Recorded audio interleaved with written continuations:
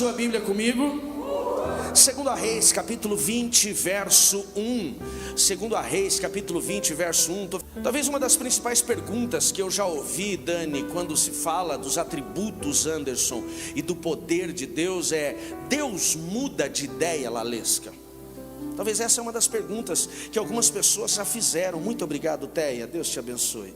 Deus muda de ideia? Deus muda um decreto que já estava para acontecer? Pois nós vamos compreender um pouco nessa história como Deus muda, se Ele muda e como muda, né? É isso que nós temos o propósito de compreender naquilo que Deus liberou sobre as nossas vidas nesta noite. Diz assim a palavra do Senhor: por esse tempo Ezequias ficou doente e estava para morrer. O profeta Isaías, filho de Amós, foi visitá-lo e transmitiu-lhe a seguinte mensagem: assim diz o Senhor, põe a sua casa em ordem, pois você vai morrer, não se recuperará desta doença. Quando Ezequias ouviu isso, virou seu rosto para a parede e orou ao Senhor: ó Senhor, lembra-te de como sempre te servi com fidelidade e devoção, e de como sempre fiz o que é certo aos teus olhos. Depois o rei chorou amargamente. Então antes que Isaías deixasse o pátio intermediário do palácio, recebeu outra mensagem do Senhor. E Deus disse: volte a Ezequias, líder do meu povo, e diga-lhe assim: assim diz o Senhor, o Deus do teu antepassado Davi, ouvi sua oração, vi suas lágrimas e vou curá-lo. Daqui 3 dias você sairá da cama e irá ao templo do Senhor. Acrescentarei 15 anos à sua vida e livrarei você e esta cidade do rei da Síria. Defenderei esta cidade por causa da minha honra e por causa do meu servo Davi. Então Isaías disse: prepare uma pasta de figos. E os servos de Ezequias fizeram a pasta, espalharam sobre a ferida, e Ezequias foi curado. De Deus, você vai ver uma sequência no livro de Reis, de histórias dizendo: e ele fez o que não agradava os olhos do Senhor, e ele foi contra o coração do Senhor, e Deus o reprovou. A gente vai encontrar 13 deles andando dentro desse processo, Samuel, e apenas 6 deles andando dentro dos princípios, vivendo, Wesley, em fidelidade e lealdade àquilo que Deus conduzia. E desses 6, um deles, Horazil, é o próprio Ezequias. Ezequias ele marca o seu reinado com algumas ações. Assim que ele assume, Vanessa, o trono de Judá, a Bíblia diz que ele toma algumas decisões fundamentais. A primeira delas foi purificar o templo, que estava totalmente contaminado pelos deuses pagãos dos reis anteriores a ele. A Bíblia diz que ele purifica o templo. Depois ele reintegra os sacerdotes e levitas. Então a família de Levi, a tribo de Levi, tinha esse papel de cuidar do templo, de servir o templo, Ricardo. Porém, quando o templo ele é profanado pelos deuses pagãos, e até imagens foram trazidas, por exemplo, Acabe, ele trouxe imagens de Azerá, de Baal para dentro do templo. Os sacerdotes eles foram dispensados das suas funções. Foi dito para os sacerdotes: vocês agora vão plantar e vão colher sua comida. Ninguém aqui vai viver mais do sustento do templo, porque não tem mais esse Deus que vocês adoram. Então ele reintegra os sacerdotes, os levitas ao ministério, que haviam sido expulsos. Ele também restaura a celebração da Páscoa, que era uma das festas mais importantes do judeu. A celebração da Páscoa é a lembrança que Deus tinha libertado o judeu da escravidão do Egito, que Deus tinha dado a eles aquela terra, e eles faziam isso todos os anos em celebração e agradecimento, e havia sido esquecido por anos. E Ezequias, então, lá no primeiro dia do seu reinado, ele já traz esses novos decretos, essas novas leis que agradam o coração do Senhor. E nós vamos ver que que Ezequias, melhor dizendo, ele continua com as suas ações se aproximando de Deus. Ele continua com as suas ações buscando viver em fidelidade, em lealdade a Deus. Porém, mesmo ele sendo fiel, a Bíblia diz que ele teve um dos piores momentos que Judá sofreu, que foi o ataque de Senaqueribe, rei da Síria, quando manda cartas para afrontar, dizendo que iria invadir, que ninguém iria defender o povo de Israel do seu poder, do seu exército. Deus ele intervém de uma forma poderosa. Ou seja, uma das lições importantes aqui é: mesmo você sendo fiel a Deus, vão existir tempestades.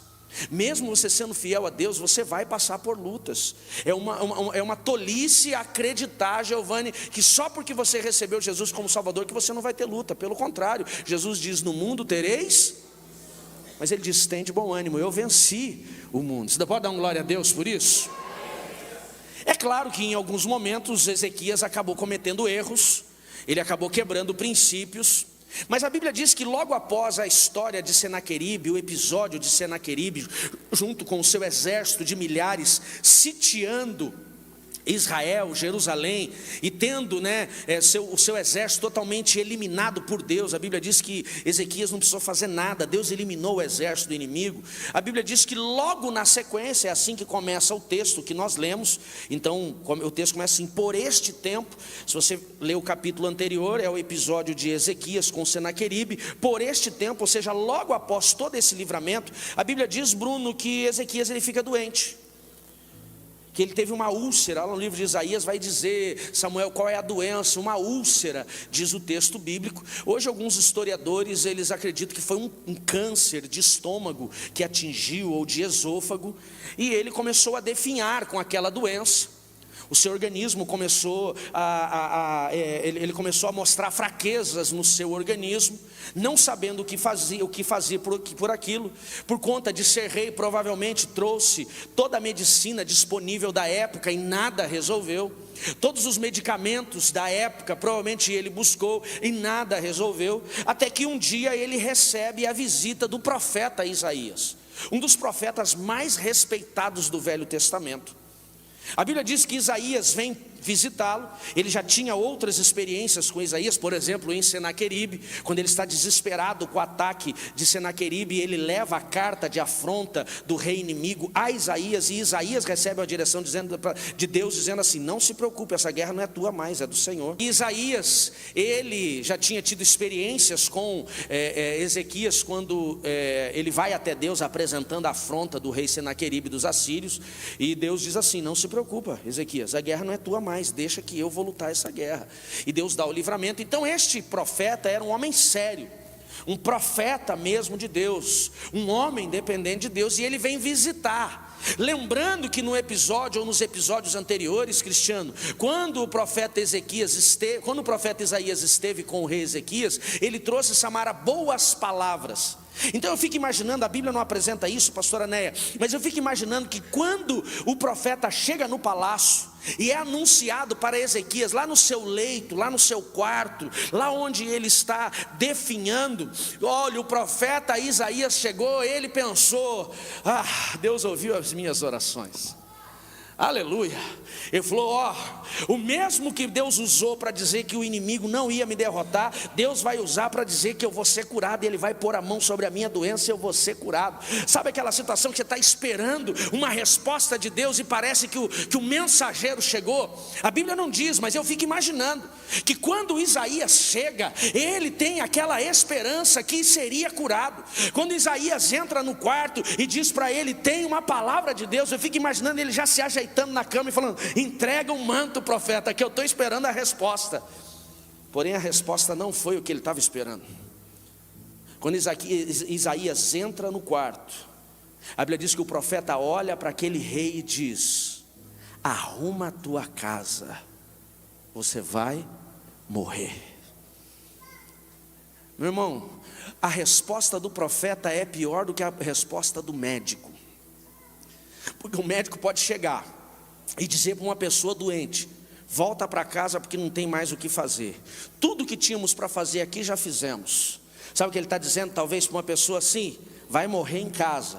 Mesmo que o médico diga que vai morrer em casa, se Deus não disse, a pessoa vive. Você crê nisso? Dá uma glória a Deus por isso? Você crê nisso? Diga amém. Ei, o último decreto não é do homem, o último decreto é de Deus.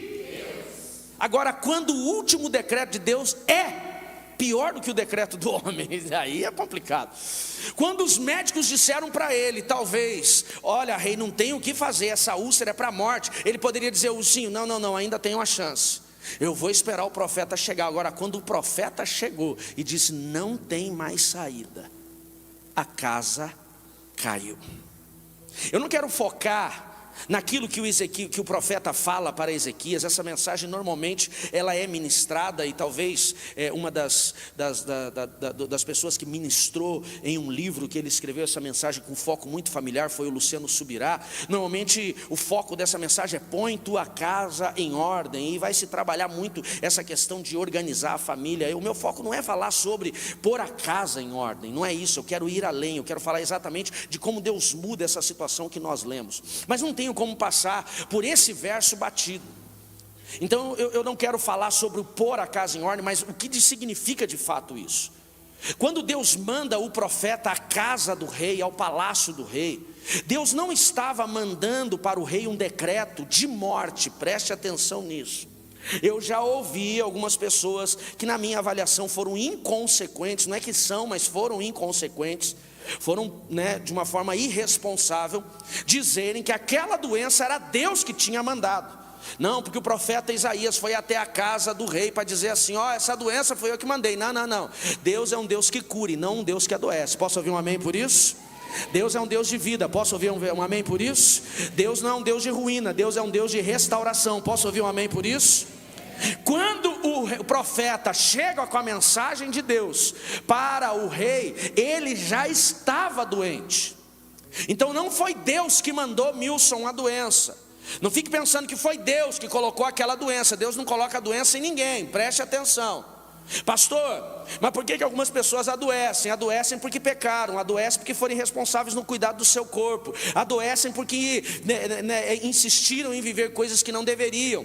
Por exemplo, uma pessoa que desenvolve uma cirrose, você vai dizer que foi Deus que mandou a cirrose no fígado dela? Não, se ele era um alcoólatra, foi a irresponsabilidade dele com o álcool. Uma pessoa que desenvolveu câncer de pulmão, foi Deus que deu o câncer no pulmão? Não, provavelmente foi a irresponsabilidade com o tabaco. Então quando nós falamos de vícios, que eles são pecados, não é simplesmente porque Deus decretou que o fumo é pecado, é porque ele vai destruir o organismo de quem fuma. Então o processo do pecado é você estar vindo contra algo que Deus te deu em perfeição. Quem está entendendo, diga amém. Então não foi Deus que deu um decreto de morte para Senaqueribe. O que Deus estava naquele momento, Janaína, é dando uma resposta para Jesus, eu estou bagunçando todos os nomes aqui. Para Ezequias. Deus, quando levanta o profeta, ele está dando uma resposta. Por que o profeta chega na casa do rei, no palácio do rei, e diz assim: olha, você vai morrer? Porque muito provável o rei estava clamando a Deus por cura. Deus, me responde. O Senhor vai me curar? Me responde. O Senhor vai trazer restauração na minha saúde? Me responde. E provavelmente as suas orações e o seu clamor eram orações de intensidade de fé. De tanto ele pedir uma resposta: o Senhor vai curar, o Senhor vai curar. Deus manda Maurício o profeta, mas não manda com a resposta que ele estava esperando. Manda com a resposta que Deus tinha determinado. O que Deus diz? A doença não fui eu que dei, mas não vai ser curado. Deus tinha o poder para curá-lo? Sim, no entanto que depois curou. E por que Deus não o curou antes? O texto não deixa claro, mas dentro do contexto, eu compreendo que aquela doença que estava sobre Senaqueribe, de novo Jesus, sobre Ezequias, fala comigo, Ezequias. Isso não é para você, é para mim. Fala de novo, Ezequias. É só para eu poder gravar aqui, para não confundir os nomes. Aquela doença que estava sobre Ezequias, provavelmente era uma consequência de algo que ele tinha feito. Tudo aquilo que acontece de ruim na minha e na sua vida, pode ser consequência das nossas escolhas.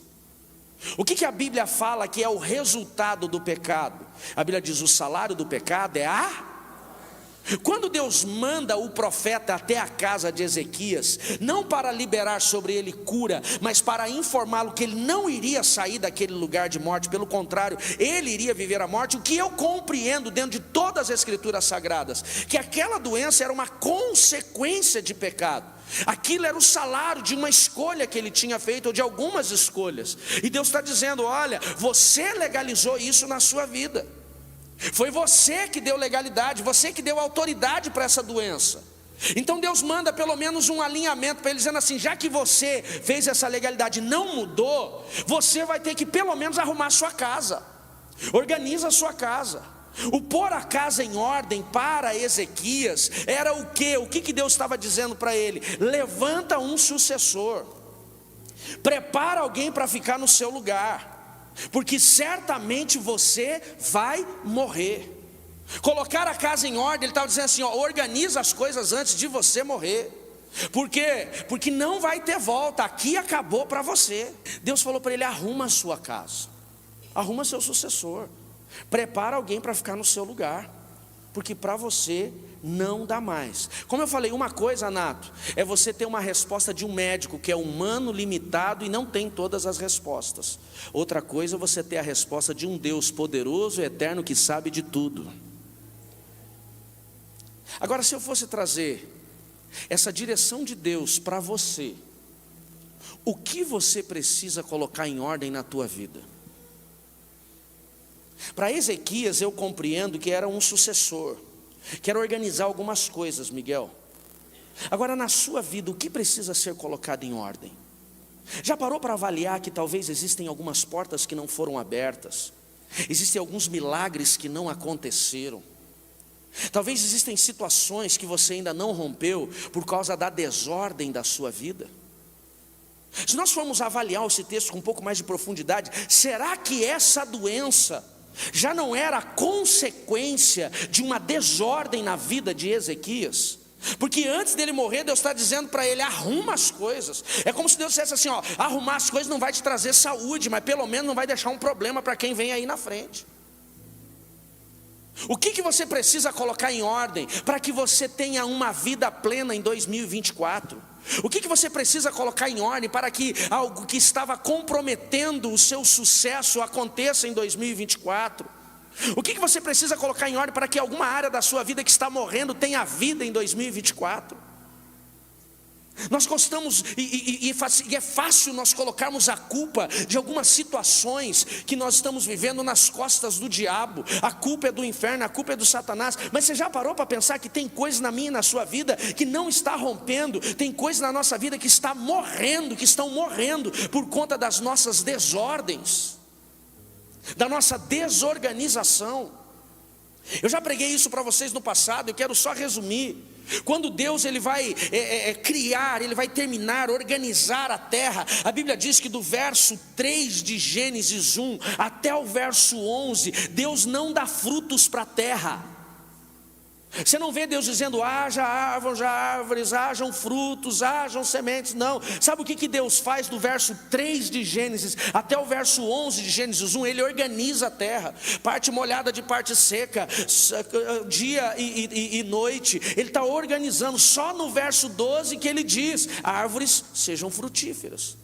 Ei, se nem Deus gera o fruto antes de colocar as coisas em ordem, por que nós achamos que vamos frutificar no meio da bagunça?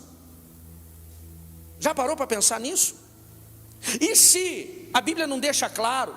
E olha que eu pesquisei com bastante profundidade, Dani, para entender qual foi o motivo da doença, mas não tem uma clareza dentro das Escrituras Sagradas o que despertou essa doença. Mas um dos pontos, Rodrigo, que fica claro para mim é o quê? Que ele adoeceu talvez por conta da ordem, porque Deus só disse para ele pôr a casa em ordem, mais nada. Deus diz: põe a casa em ordem que você vai morrer. É como aos meus olhos ele dissesse assim: essa doença é por causa dessa bagunça, não deixa para o próximo. O que, Elza, nós precisamos colocar em ordem? Talvez para algumas pessoas a ordem aqui é na sua vida financeira. Está uma bagunça. Deus olha para a sua vida financeira e fala: Senhor que eu sou. Que isso? Que bagunça é essa? Talvez para você romper nesse próximo ano e você ter vida, não morte nas suas finanças, tem que começar a colocar em ordem. Está na hora, igreja, de algumas pessoas entenderem que você não arruma a sua vida financeira quando você deixa a dívida caducar. Isso não arruma a vida de ninguém. Você arruma a sua vida financeira quando você paga as suas contas. Isso é colocar a casa em ordem, é colocar as contas em ordem, é colocar as finanças em ordem. Bastou, gente, com todo amor e carinho, coloque nas minhas palavras, bastou esse tempo de ficar fugindo do vizinho, fugindo do vendedor, fugindo do cobrador. Parou esse negócio de tocar 011 no seu telefone e você começar a ter um ataque cardíaco. Ai meu Deus, estão me cobrando de novo. Coloque a sua vida financeira em ordem. Pastor, mas como que eu vou colocar em ordem se eu não tenho dinheiro? Como que você vai ter dinheiro se você não para de gastar? Uma coisa é você passar um período da sua vida num aperto, aí dá aquela descontrolada, depois você volta e arruma. Outra coisa é você ter uma vida de aperto, uma vida de perrengue. Será que não é por conta da desorganização? Meu Jesus, agora não saiu um aleluia, mais um glória a Deus. Eu acho que eu não deveria ter mexido nessa área. E uma das coisas que mais traz as pessoas para o aconselhamento é o quê? Problemas emocionais, conjugais e financeiros. O segundo principal gerador de crise conjugal é o quê? Finanças. Tem casamento morrendo por causa da desordem financeira. Tem sonhos morrendo por causa da desordem financeira. Tem emoções adoecidas por causa da desordem financeira. E a desordem financeira, ela bagunça tudo. Tudo. Será que não está na hora da gente arrumar isso? Pastor, mas é que eu devo muito. A primeira coisa que você precisa para arrumar a sua vida é ter vontade de pagar as contas. Mas só em você ter o desejo é o primeiro passo para colocar a vida financeira em ordem. Segundo, você tem que ter o planejamento dessa organização. Ninguém vai resolver a vida financeira gastando como maluco, como doido. Tem algumas coisas que vão ter que ser restritas. Gente, era para falar 2 minutos sobre esse assunto, já faz 1 hora que eu estou aqui. Deixa eu ser mais rápido aqui. Tem que arrumar. Organiza. Qual é outro ponto que você precisa organizar? Tem gente que precisa colocar a sua casa em ordem, física. Tem gente que parece que o demônio da Maria Mulambo habita lá. Tem um quarto que não é o quartinho do Espírito Santo, é o quarto dos demônios. Quando você abre, meu irmão, sai até uma opressão maligna. Ele fala que é o quarto de jogos, joga tudo. Coloca a casa em ordem. Tem gente que precisa arrumar o guarda-roupa. A gente vai achar roupa e falar assim: meu Deus, nem sabia que isso aqui existia, mas estava lá. Terreno. Tem gente que tem telha que ele tirou, faz 15 anos que ele tirou da casa e a telha está guardada. Ele tirou a telha porque ela estava quebrada e estava dando goteira. E ele está guardando a telha que dá goteira. Você consegue entender umas coisas assim? Não, arruma a tua casa. Tem gente que precisa colocar em ordem as suas emoções. Organiza as suas emoções. Pede perdão para quem precisa pedir perdão. Libera perdão para quem precisa liberar perdão. Hoje eu aconselhava uma pessoa, ele falou: pastor, esse tempo, a última vez que nós conversamos, você falou para mim que eu tinha que arrumar uma situação, né, você me aconselhou, melhor dizendo, que eu tinha que organizar, arrumar as relações. E eu tinha uma pessoa no passado, pastor, que eu judiei muito dele. Uma pessoa assim, pastor, que eu bati nele, eu humilhei ele no trabalho. Foi assim, bem complicado. E quando você me falou sobre arrumar aquelas relações, eu lembrei desse rapaz. Falei: eu vou ter que arrumar isso. Mas onde eu vou chegar a encontrar esse cara? Onde? E eu confesso, pastor, que eu procurei ele um pouquinho, não achei. Falei: amém, não consegui. Eu fiz uma oração que o senhor me ensinou a fazer numa aula um dia. Falou assim: ó Deus, se eu tenho que arrumar muito com essa pessoa, põe ela no meu caminho. Ele falou: pastor, um dia eu não cheguei na distribuidora lá que eu trabalho. Quem estava lá? O cara. Quando eu vi o cara, ele falou alguma coisa, falou para mim: você não pediu? Não era alguma coisa, era quem? Quem era? O Espírito Santo. Arruma. Organiza as suas emoções. Libera da sua alma os lixos. Põe tua vida em ordem. Em algumas versões diz que o profeta Isaías diz assim: põe as coisas em ordem.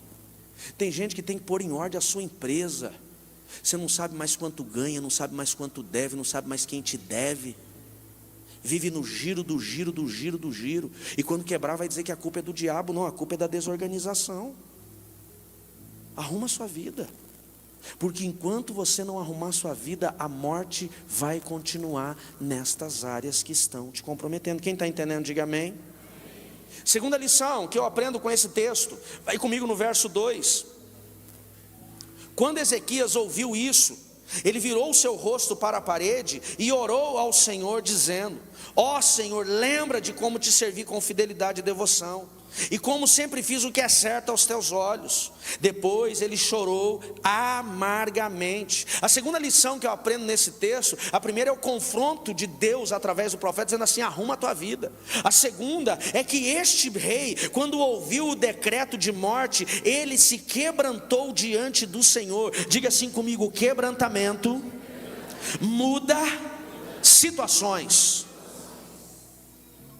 O que ele precisava? Do quebrantamento. Quando ele recebeu o decreto dizendo: você vai morrer, ele tinha, Tiago, uma expectativa, uma esperança que Deus iria fazer um milagre, que quando o profeta entrasse ele seria curado. Mas quando o profeta entrou, ele não recebeu um decreto de cura, ele recebeu um decreto de morte. Diz assim: ó, arruma, porque acabou para você. A Bíblia diz que ele não aceitou aquele decreto e também não se rebelou contra aquele decreto, mas a Bíblia diz que ele se quebrantou diante do decreto. Quando você está recebendo respostas de Deus, quais têm sido as suas? Quando você tem recebido as respostas de Deus, como você está reagindo? Quais são as suas reações? Tem gente que quando recebe um decreto de Deus, uma palavra de Deus, ele se fecha e não aceita. Ou tem gente que recebe aquela direção de Deus, ele aceita, mas não faz nada. Tem muita gente que Deus está falando: muda isso, ele até aceita. Não, Deus, eu aceito. Ele vem para o culto, Deus fala na palavra, ele fala: eu aceito, mas não faz nada. Alguns anos atrás eu vivia exatamente isso. Deus falava comigo através do devocional, eu aceitava, eu chorava, eu rasgava meu coração: Deus, eu vou mudar nisso aqui, eu vou resolver. Mas não fazia nada. Eu ia para o culto, o pastor pregava, eu ouvia a mensagem na mesma linha daquilo que Deus tinha falado na palavra. Eu falava: não, Deus, eu já entendi. Mas não mudava, Maria. E eu fiquei nesse processo. Um dia Deus falou para mim assim, eu falei: Deus, fala comigo. Deus falou: vou falar. Por quê? Você não faz nada. Não adianta você aceitar se você não muda. Tem muita gente que o cara já sabe que o que está arrebentando a vida dele é a imoralidade. Saber que a imoralidade está te arrebentando não vai resolver se você não parar com ela. Quem está entendendo, diga amém. Tem gente que sabe que a sua vida está parada por causa da mentira. Saber que a mentira te arrebenta não muda nada se você não parar de mentir. Uma coisa é você aceitar o confronto, outra coisa é você andar em direção ao confronto. O pior agora, Maurício, é aquele que nem aceita. Ele recebe a palavra e fala: esse é o pastor de novo pregando sobre, eu não vou mais nessa igreja, só fala sobre pecado. Enquanto você não mudar o pecado, Deus vai continuar falando do pecado. Pastor, quando Deus vai falar de triunfo? Quando você deixar o pecado. Com todo respeito, no geral. Quem me entende, diga amém. Quando Deus vai falar de vitória? Quando você parar de viver a miséria, do erro. A gente só vai parar de ser confrontado quando a gente aceitar o que nós estamos recebendo de confronto. Quando Ezequias ele recebe esse confronto, a Bíblia diz que ele não rejeita, fala: eu te repreendo, profeta, em nome do Senhor. Profeta louco, saia daqui. Ezequias tinha o poder para pegar a espada e matar o profeta. Saul fez isso. Ele não rejeitou. Ele também não aceitou e falou: então seja feita a vontade do Senhor, vamos morrer, traz o caixão. Não.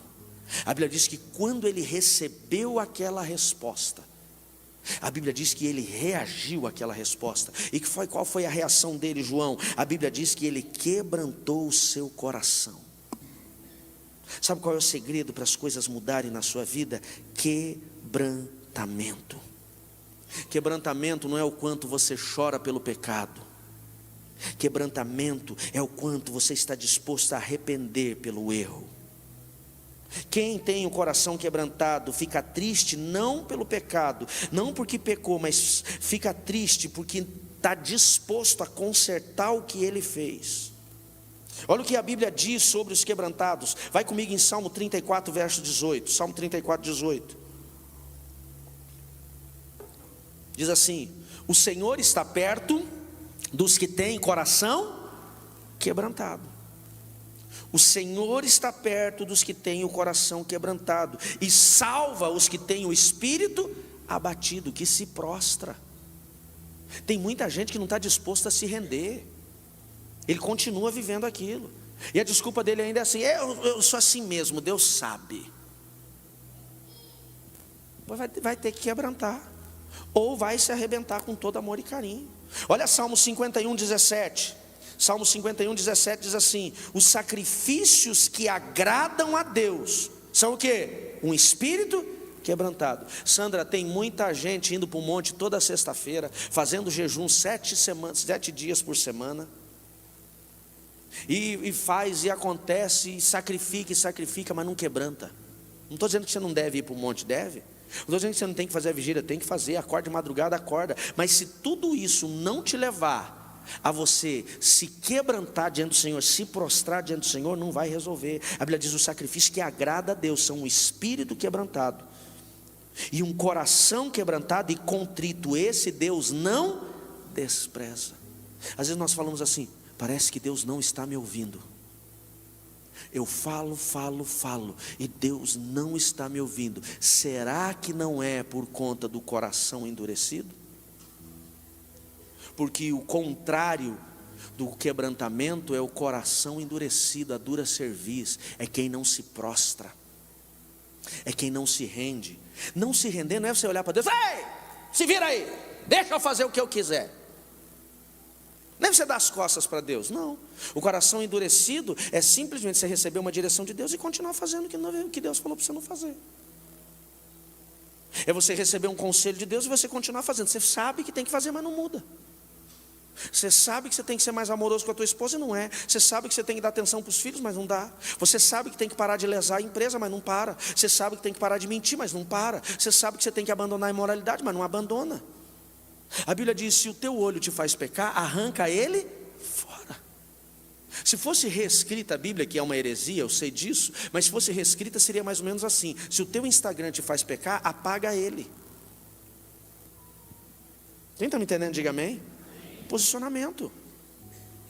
Se tem uma coisa que te afasta de Deus, isso não é para você mais. Só que o coração endurecido, ele não se posiciona, ele não quebranta. Pastor, o que é o quebrantamento? O quebrantamento é a disposição pela mudança. O que é o quebrantamento? O quebrantamento é aquilo que nos leva a confessar os nossos pecados e pedir perdão.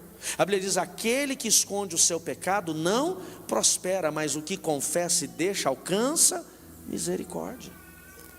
Pastor, como é que eu posso abandonar um pecado? A primeira coisa é você ter coragem de confessar, trazer luz. A Bíblia diz: o que confessa é o primeiro passo, logo ele vai deixar. Tem muita gente querendo deixar sem confessar.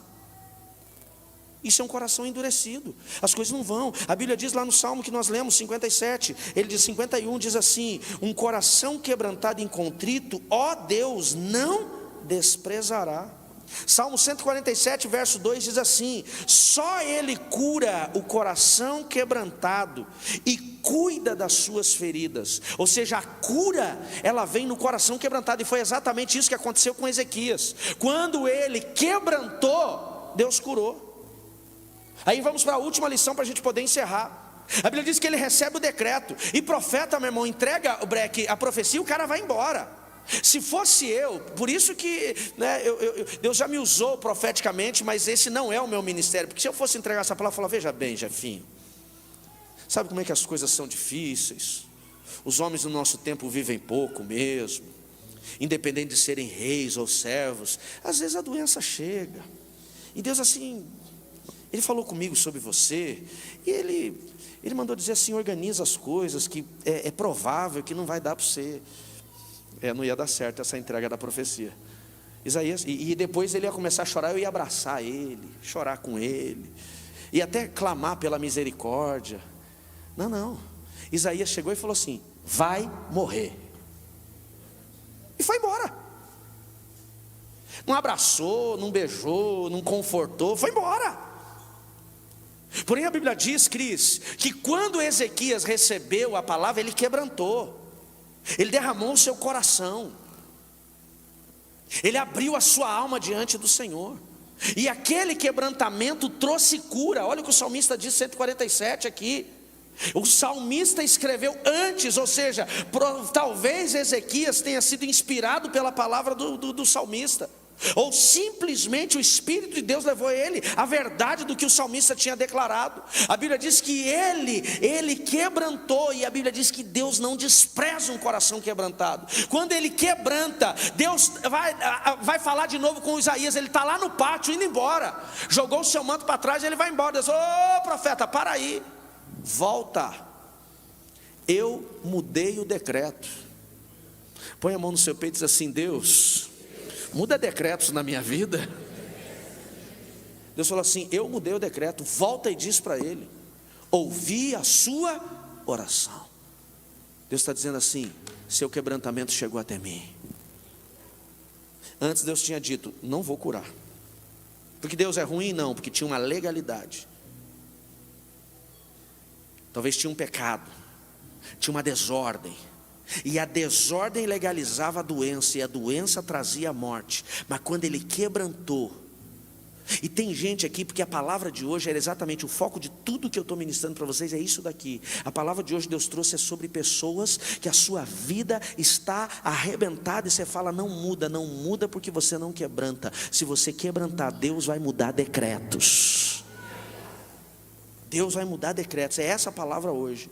Deus me trouxe essa palavra hoje na hora do almoço. Eu estava vindo de uma visita, estava no carro, e Deus ministrou exatamente essa passagem, exatamente esse texto. Ele quebrantou, e o quebrantamento dele mudou o decreto. Gente soberba é abatida. A Bíblia diz que Deus, ele não suporta o soberbo, o altivo, o nariz empinado. A Bíblia diz: precede a queda. Aquele que não se submete, aquele que não se quebranta, aquele que não se prostra, aquele que não derrama lágrimas, aquele que não reconhece seu erro, aquele que a culpa sempre é dos outros, esse a Bíblia diz que ele não tem compromisso. Por quê? Porque ele veio para os quebrantados. Ora, Isaías 61:3 diz assim: o Espírito do soberano Senhor está sobre mim, porque ele me ungiu para levar boas novas aos pobres, e me enviou para cuidar do que estão com o coração quebrantado.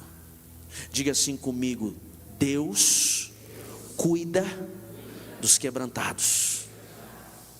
É Ele que cuida. É Ele. Essa palavra estava falando sobre Jesus, sobre o Messias. É Ele que gera isso. Deus fala para Isaías: volta que eu mudei essa situação. Volta. E diz para ele que ele tem mais 15 anos de vida.